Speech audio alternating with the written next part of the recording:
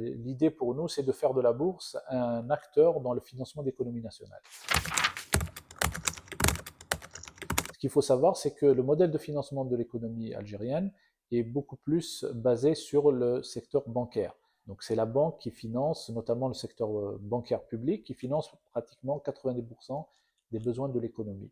Mais nous avons remarqué que l'impact des prix du pétrole sur la liquidité bancaire nécessite en fait pour nous tous, pouvoirs publics et acteurs du marché, de trouver d'autres sources de financement de l'économie pour en fait ne pas être à la merci de la volatilité des prix du pétrole.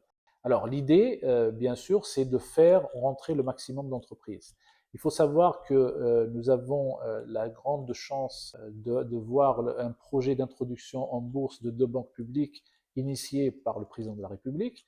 Et nous venons le 26 février passé d'introduire officiellement le Crédit populaire d'Algérie à la cote officielle de la bourse d'Alger. En 1 mois et demi, nous avons pu lever 112 milliards de dinars, ce qui voudrait dire que nous avons levé presque 80% de ce qui a été mis sur le marché.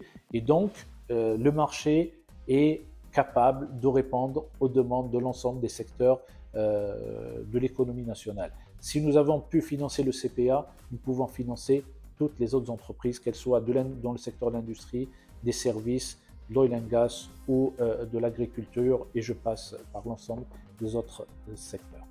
C'est donc une première au niveau national, mais aussi au niveau pratiquement africain. Donc cela veut dire que le marché boursier algérien est en pleine mutation et que les années à venir, il aura joué donc un rôle important dans le financement. Pour nous également, cette entrée en bourse du CPA et prochainement de la Banque de développement local est en fait un atout pour nous permettre de drainer d'autres entreprises à la bourse, notamment du secteur privé. S'introduire en bourse, c'est essentiellement par ouverture du capital, mais également par l'émission d'obligations. Aujourd'hui, nous avons 6 sociétés cotées, 3 du secteur privé et 3 du secteur public. Mais l'idée, c'est de faire en sorte qu'il y ait beaucoup plus d'entreprises cotées à la bourse d'Alger, ce qu'on appelle donc gagner en profondeur. Nous mettons en exergue ici les avantages d'une introduction. D'abord, permettre à l'entreprise de lever des fonds à travers l'augmentation du capital.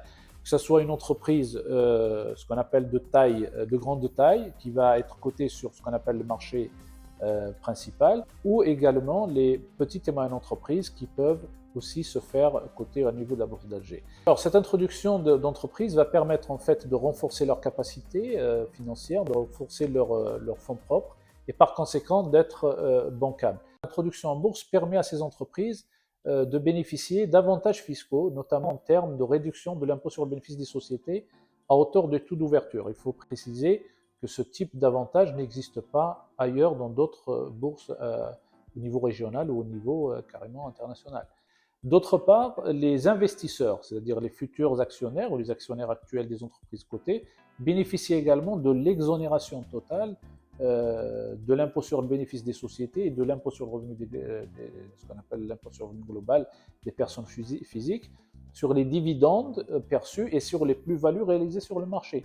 Donc cela aussi est un avantage important. Il faut préciser que cet avantage date depuis 2003 et il continue d'être donc en cours jusqu'à la fin 2028 puisqu'il vient d'être reconduit par la loi de finances pour 2024. D'autre part, la bourse permet notamment pour le secteur privé de garantir leur pérennité. Nous savons tous que beaucoup d'entreprises privées, lorsque le fondateur se retire ou disparaît, les problèmes d'héritage, de succession remontent à la surface et l'entreprise a tout le temps de disparaître avec la disparition du fondateur. Il y a un adage qui dit que la bourse c'est la vitrine de l'économie. Donc avoir plus de sociétés cotées, avoir des indicateurs chiffrés différents secteurs va permettre de donner une meilleure lisibilité, une meilleure transparence pour l'ensemble des acteurs, les analystes financiers, les pouvoirs publics, etc. Et ça permet aussi aux investisseurs d'avoir une information pérenne sur laquelle ils peuvent baser leurs décisions d'investir. Et c'est pour nous un moyen aussi, dans le cadre des efforts qui sont déployés par l'État, pour en fait gagner en inclusion financière. C'est aussi un moyen d'attirer l'argent qui est peut-être thésaurisé, pourquoi pas aussi l'argent qui est en circulation au niveau du marché peut-être informel.